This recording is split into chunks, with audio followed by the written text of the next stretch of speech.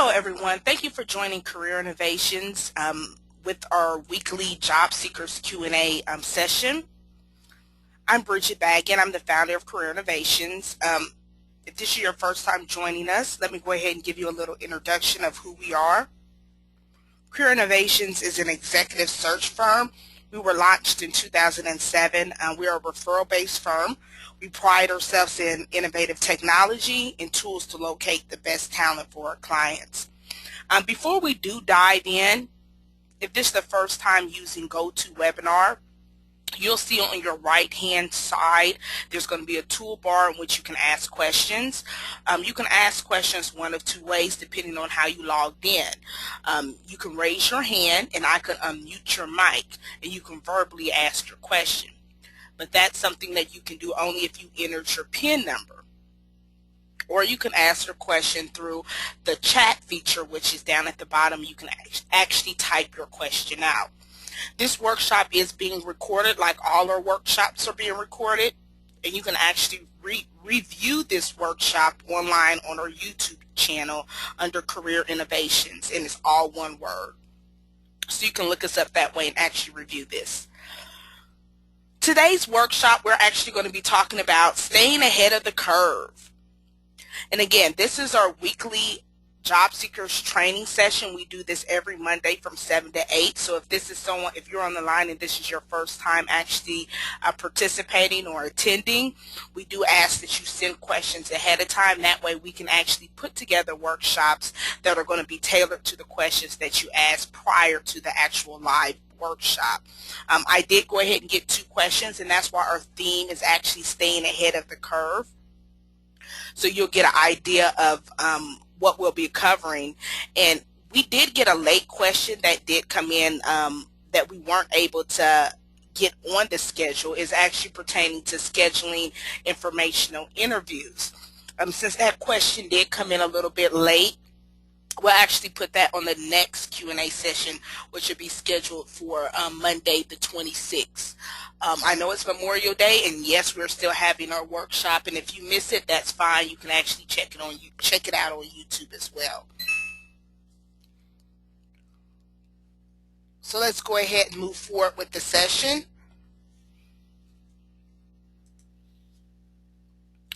Let me go ahead and give you an overview. I am the Director of Staffing and Recruiting at Career Innovations. I truly see not only myself but our staff as true innovators. We use innovative approaches, which includes unconventional and untraditional methods to locate some of our top talent, which means that we just don't post job board ads. We actually headhunt and go out and find some of the talent that our clients are seeking. One of my true passions is organizational development and change. I think the organizational culture starts with the company's core values, and it's the foundation for attracting and retaining top talent. Today's quote, I cannot teach anybody anything, I can only make them think. And other things that we do offer besides our HR training is which you're attending. We do help out employers with compensation benchmarking as well as referral and retention workshops. The 2 questions that we're going to talk about today, and the slides are going to pretty much cover. The first one is how to develop your own IDP, or which is your individual development plan. And from the question, which was a little bit more in depth, it was pretty much a long question, but I kind of summed it up of what the individual was asking. The background on the questions that they work for an organization that does not do reviews, or reviews aren't done on a consistent basis. So they're trying to figure out a way of how can they track their accomplishments, put it together in some type of trackable format so they can use to market themselves in the future. And I think that's a great proactive way that this individual is taking, is trying to put together their own individual development plan. And this not only goes for companies that may not do them on a consistent basis. There are organizations out there that don't do them at all, because that's not something that's a priority to them. So if you are working for an organization, this is usually the smaller companies that really haven't grasped that retention aspect and how they can develop their staff to what they want, and how they can actually retain them. So some organizations don't use IDP plans. and sometimes they may call them a different name, but it's pretty much being able to develop your employees and giving them opportunities to grow within their current position or other positions that the organization may offer. So that's it, in a nutshell what an IDP plan is. But this individual was seeking on developing their own DP plan or following some guidelines for an effective IDP plan because their organization is not offering it. And again, I applaud that individual because this is something that you can market to employers when you do decide to make a move, because that's what employers really want to see. They want to see what you've done in the past, they want to see a track record, and they want to see consistency. So that's a great way to put together something that can track your results and your accomplishments. The next question was, should I use an employment agency to assist with my career search? And they're pretty much were asking me the pros and cons of using an employment agency, which in terms can be a recruitment firm, a staffing firm. There are different names they may call them, a headhunting firm. And we're pretty much talk about the pros and cons of using an agency to assist in your career search and some of the methods that you can use and some things that can work for you and also some things that can work against you. So we're going to uncover that as well. Let's first talk about the first question, which was developing your own IDP plan. In order to put an IDP plan in motion that's going to be effective, I actually pulled some things that I think that are crucial components that need to be involved in any type of IDP plan. If you're developing it yourself or if your employer's actually putting one together for you to follow. You really wanted to outline your goals. It needs to have something in there about where you want to be. What do you want to accomplish? It may be something just within your current position, but a lot of people also want to see opportunities for growth and expansion to see what other opportunities in the organization they can probably either grow into or develop into. So the first thing you want to make sure there's something in there that outlines your overall goals. The next thing you want to look at is the activities.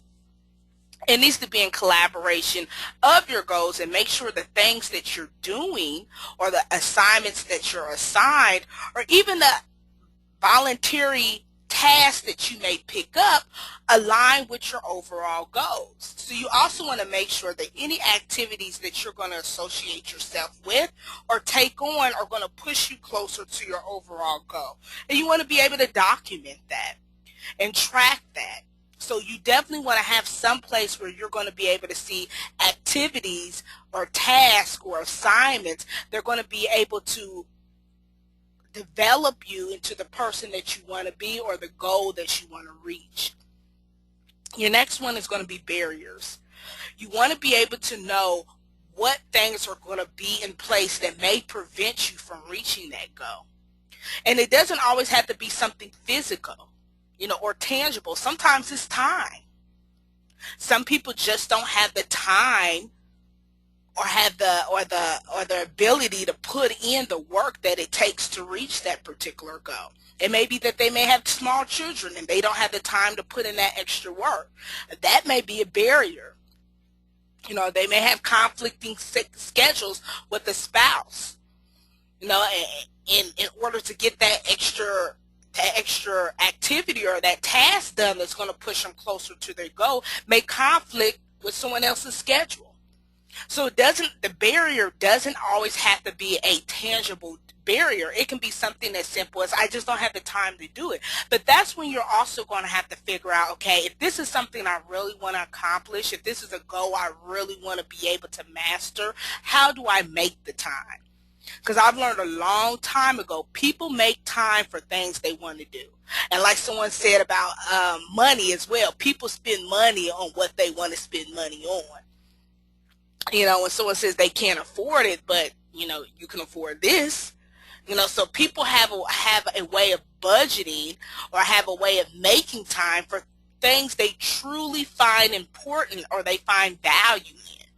So if this is something that you really want to do, you're going to have to be able to find a way to overcome that barrier or overcome that obstacle. But then again, you also want to write it down and acknowledge that it exists. And we're not going to focus so much on the barrier. We are going to acknowledge that the barrier exists. What we're going to focus on is the solution. And the first thing that you can do in order to look for solutions, you have to find sources. And that brings us to our next one. You're going to be able to find sources that are not only going to bring you closer to your goal, but also going to help you overcome any barriers that may be in your way. So that's the whole point of also locating sources that's going to help you implement this IDP plan. It may be gaining a mentor. It may be shadowing. Sometimes their sources may have to require you to go back and get some type of tangible education or degree or certification. So you have to realize what sources do I have available to me? How do I access those? And how do I implement those sources or reach out to those sources and make these sources a part of my IDP plan? And that actually comes very, very close to putting together your next step, which is your action plan. Once you start to collaborate not only your goals, the activities that you'll be orchestrating to get to or to reach your goals, the barriers that are involved, the sources that you can reach out to overcome those barriers or obstacles, then that's when you're going to have to be able to put together an action plan to make all these things work together. And that's when you want to be able to figure out, okay, I want to lay this out and be able to go by this blueprint on how to reach this goal. And the first time you do it may not work, and that's okay. That's the whole point of being able to put this plan on paper, is be able to figure out what's going to work and what's not going to work. That way you can tweak it. It's all about making improvement. And that brings us to tracking these accomplishments by looking at your progress. And like someone said, if you can't measure it, you can't change it. You can't measure what you can't change, or you can't change what you can't measure.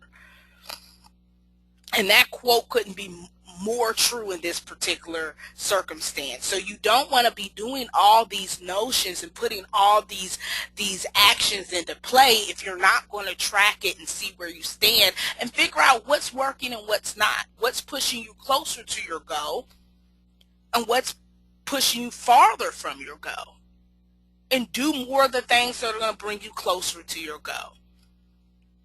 As far as if you're looking to get promoted or getting in a situation where you're making not a lateral move, but you're moving upward in the organization, you might want to review some of the people that are in the position that you're seeking. What makes them qualified to do those jobs? What characteristics do they hold that I may have to tweak myself? What is it that I'm lacking? What do I need to develop to reach that level? So that's all about progress and all about tracking it. And once you do that, you can actually put together a report. And being able to track, you can do this monthly, you can do this quarterly as far as tracking, but you at least want to be able to have some type of annual report that shows your progress from quarter to quarter or month to month. And you should have somewhere, this was my goal. These are the activities that I needed to take to reach this goal. These were some of the barriers or obstacles I encountered. These are the sources I used to either overcome the barriers or push me closer to my goal. This is the action plan I implemented, and this is my progress. And you should be able to track this and have this in a format in which you can actually look at and see what's working, what's not, and by that year end, did you reach your goal? Or is it a goal that's going to take you longer than a 12-month period to reach? So you should be tracking this either month to month or quarter to quarter and being able to print out some type of report that's going to show how all the actions and all the things that you implemented brought you closer to your goal. And then you want to actually document the goals that you achieved. So if you reached a particular goal, which may have been, in order to reach this level, I had to go back to school and get this certification, or I had to go through this mandatory training that my organization was offering, or I had to go to this conference, and you document that these are goals achieved, and that's also something that you can make or implement in your IDB plan or milestones. So it may be milestones that you may want to put in there to show that you're making progress towards your goal. You may not get that position, but you're taking the steps to get to that position that you want to be, which may be the certification or the conferences or the networking events.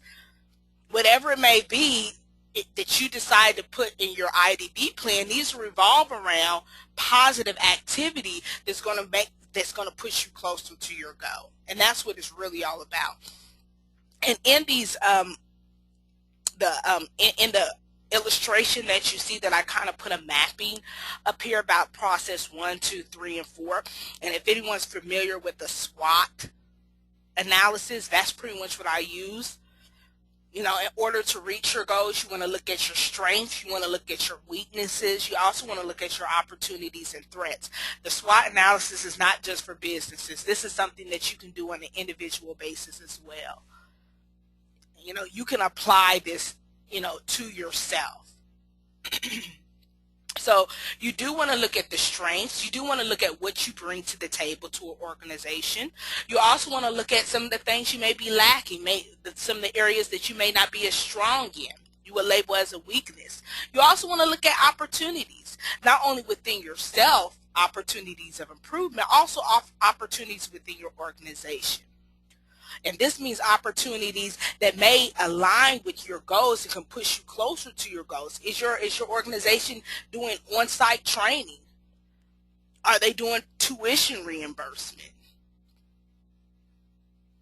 These are resources that you should be taking advantage of if you're going to align yourself with your goals, and it requires a certain type of format to get there.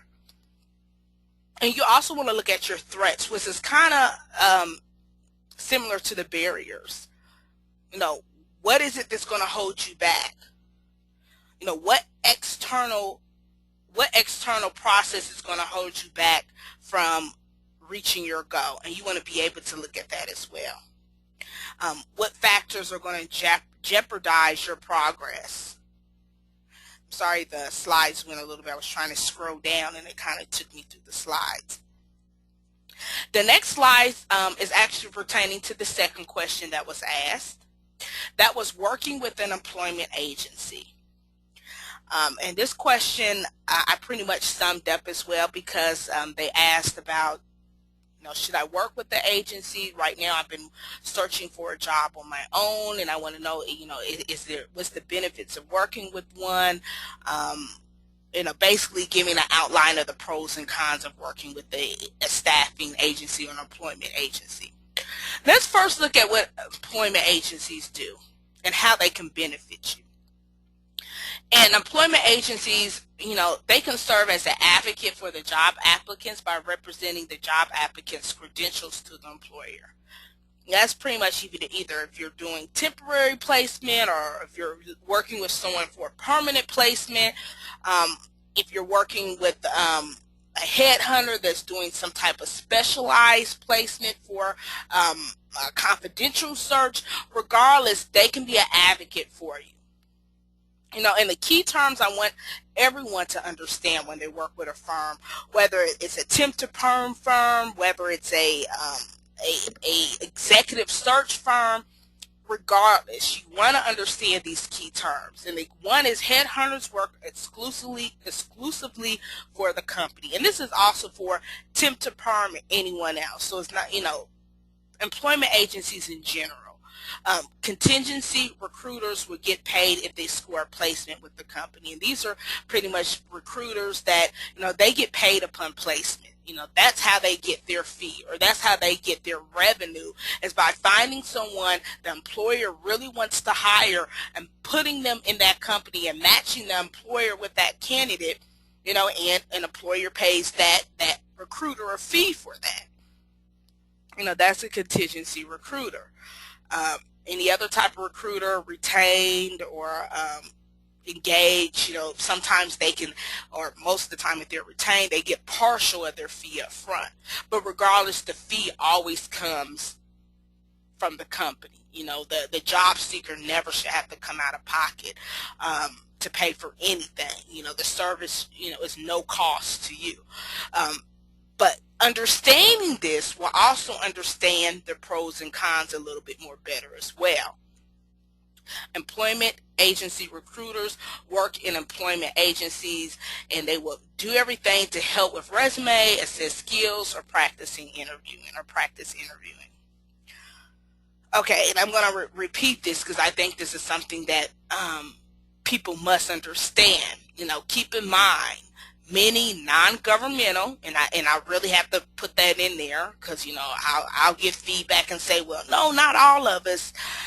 Let's put it in there. Keep in mind all non-governmental or non-profits, because there are employment agencies that are non-profits. For job readiness, they get funded by grants, they get funded by donations. We're not talking about those type of employment agencies. We're talking about the for-profits. We're talking about your Robert Halfs. We're talking about your Kelly Services. We're talking about the ones that actually charge the employer a fee to find employees or candidates for them. Keep in mind, these agencies are working on behalf of the employer, which is the company, which means they take in consideration how the applicant or potential employee will benefit the company which is hiring them. Now, that's how they get paid. That's how they generate revenue. In saying that, we're going to talk about some of the benefits, and keep this in mind when we're talking about the benefits as well as some of the pros and some of the cons. Some of the pros, they're well connected. As far as being well connected, you're going to get the inside scoop on new openings. When you work with an agency, especially if you can find a real good one, a niche one, say if you're in a particular niche or a particular industry and you can work with an agency and that's all they work with are people in that industry, you're going to get an inside scoop on openings that are not going to be advertised or not going to be posted online. That's a pro right there, because they're very well connected with other recruiters. They're very well connected with other employers that are hiring or have a projected hiring date for positions that they haven't even posted yet. So you're getting more of an inside scoop of positions that potentially may not open up till second or third quarter. So that's an advantage. They're well connected. Access. Once again, you're going to have access to decision makers. You're not, hopefully if you're working with a very active or proactive recruiter, you're hopefully being able to be connected with that decision maker, and you can start interviewing with the person that does the hiring. So that way you're going to have access. You're not just waiting for a phone call or waiting for that screening or posting on a job board ad, waiting for the phone to ring. Hopefully if you're working with a recruiter that actually is very good at what they do, they're going to be able to make that connection and give you access to direct hiring managers or direct hiring authorities that you normally would not have access to, especially not through a job board. Another pro is going to save you time. Again, this can save your search, a tremendous amount of time if you can sit down with a recruiter that already has jobs ready to go. You're not surfing the job boards and trying to filter out keywords or key postings looking for something that you're qualified for. You can actually give your resume with the recruiter, and hopefully they can determine whether or not they have openings that suit you. So it can save you time. And also, again, depending on the recruiter or the staffing agency that you're working with, they can be an advocate. And what I mean by advocate, if you're working for someone that, they're really trying to help you out and, get you that negotiate your salary and get you in a company that's going to be a right fit for you. They can be an advocate for you. They can actually get this process moving a little bit faster because you're going to have someone that can speak on your behalf as well. So those are some of the pros. Some of the cons can be lack of communication. And I'm pretty sure everyone on the line has had some type of horror story of someone working with a recruiter, and I sent him my resume, didn't hear anything back, or I had one phone screen, I didn't hear anything back.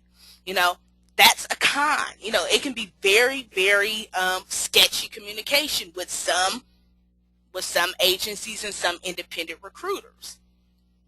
But then that's why I say keep in mind, the reason why they're doing this. If they're working with you and they don't find that you are someone that they can place, they're going to move on to someone else, unfortunately. And again, not saying that's something that should be done, or especially if it's professional or not.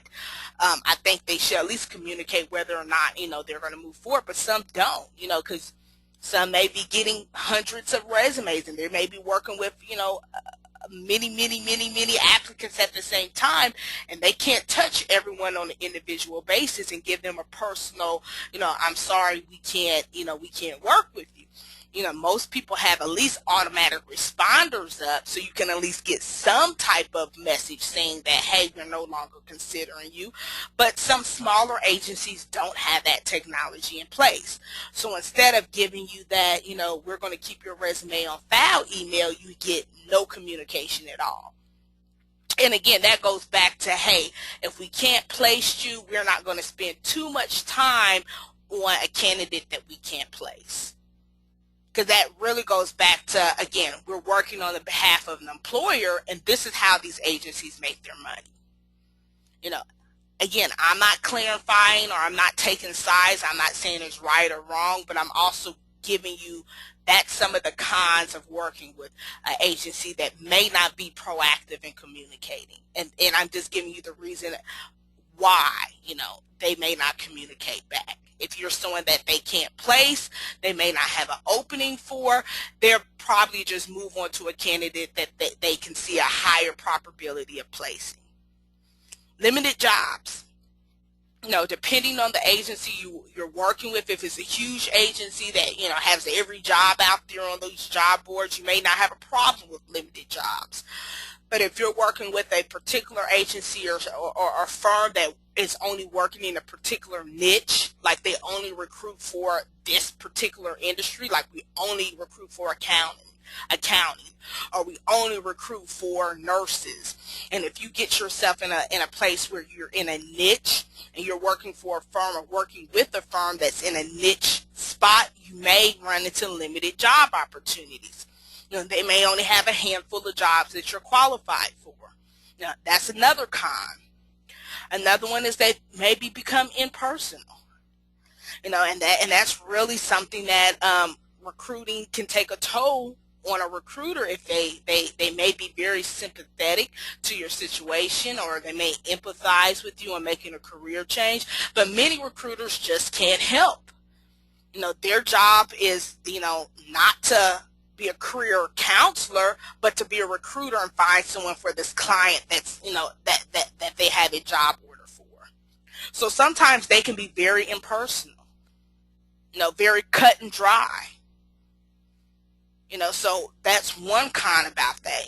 They may listen to you, they may hear you pour your heart out, but then again, they say, well, on to the next candidate.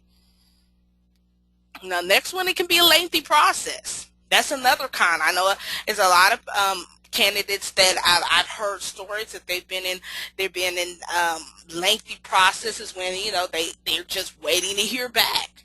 They have not received any feedback. They're just stuck in this process. Hey, the employer has my information. They have my credentials. I've been through the interview. Now it's just a waiting game. So one of the cons is that it can turn into a very, very lengthy process. So another thing that they can offer, and I put it, there's not on the slide, but other benefits that some staffing firms, um, they can get you part-time work and still get benefits. Of course, if you go through a tip agency, where they do contract work or temp jobs, and they still offer insurance. That's a pro, for someone that may just be looking for contract or part-time assignments and still get full-time benefits. That's a pro for some. Free training. Just like what our firm offers Q&A sessions every Monday. So also look out for firms that can offer some assistance with career counseling, and which we do as well, putting together action plans and putting together marketing plans. And so look for agencies and firms that can give these services out. In addition to us, there are other firms out there that do the same thing. So you also want to take advantage of any type of training or any type of way you can get feedback on things as well. So you can also see, are you making yourself as marketable as possible, not only for employers, but also for recruiters as well.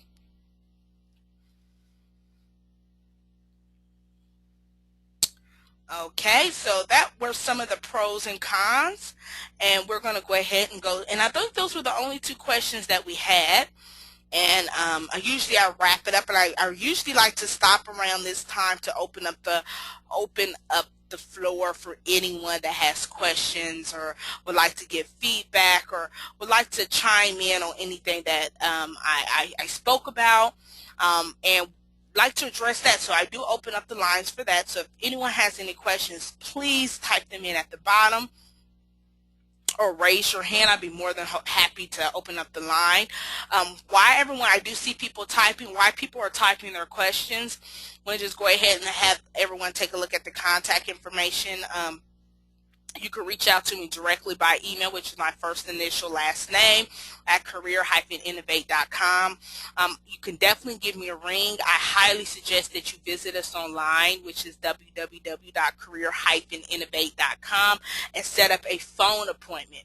That's the best thing to do. I can tell you right now, if you do call, you probably have to end up leaving a message, because more likely during the days I'm either making outgoing calls or I'm actually in the field doing training. So the best way to get a hold of me is to set up a phone interview. A phone appointment, excuse me. Some of the workshops that we have coming up, we have June workshops coming up. We're going to be writing a winning resume, time management, sabotaging your career search with time wasters, interview techniques, interviewing with confidence, a career change, making the mood effectively, creative ways to market yourself to employers, and putting the action into your plan. These are all workshops that we have coming up next month. If you're signed up for a newsletter, you're definitely going to get a newsletter about when these workshops will be taking place. We just are now putting together some of the advertising material. This stuff should be out shortly, and you'll definitely be the first to know if you're signed up for a newsletter, or even if you signed up for this workshop, you'll be notified by email. We really would like feedback on any workshops that we do. Following this workshop, we do have a survey. Also, we're more than happy to give a free workshop out to anyone at no cost if they write a LinkedIn review on basically the services that we offer, especially if you attended one of the workshops. If you can talk about the workshop that you attended, that would be great. And it definitely will know your contact information by leaving a review, and we'll be more than happy to sign you up of a workshop of your choice if you do that for us. We really do like feedback, and we really would like to be able to showcase our abilities not only to potential clients, but also to job seekers as well that may not know about our services that we offer. Okay, our first question that I do have is it easier to find a temporary position versus a permanent? I wouldn't say easier or harder. I can definitely tell you which one is more urgent. And urgency does dictate whether or not a position gets filled, quote unquote, faster, or easier, I would say. Of course, temporary positions are urgent. More likely, if they have a temporary position, it's usually either they're looking to either bring someone on board quick, either because, I know some people do temporary positions because someone's out on leave, they need someone to take over for a short period of time. They may have a project they're working on, they just need a certain amount of people to work on a project that may be short term. I've seen projects actually become long-term projects. But the whole point of temporary positions, most of them are urgent. They have some sense of urgency to them because they need someone right now. Permanent positions, on the other hand, they do take a little bit longer to fill. It's a little bit more process that goes into finding permanent employees, especially on an agency's point of view. So I wouldn't say call it easier. I may say the process may be a little bit different, but I definitely do see a lot of urgency under temporary positions. Not to say permanent positions are urgent. There are a lot of positions out there right now that, as employers say, should have been filled yesterday. But I do see that temporary positions are something that, since they're very high turnout, they're trying to get them in on a particular assignment. They usually are trying to find someone quick. So I can see how that could be a little bit faster transition. But I'm definitely not going to be able to tell you if it's easier. I just do see there's a general sense of urgency for a temporary position. Do you see another question? Would you recommend giving your IDP plan to an employer?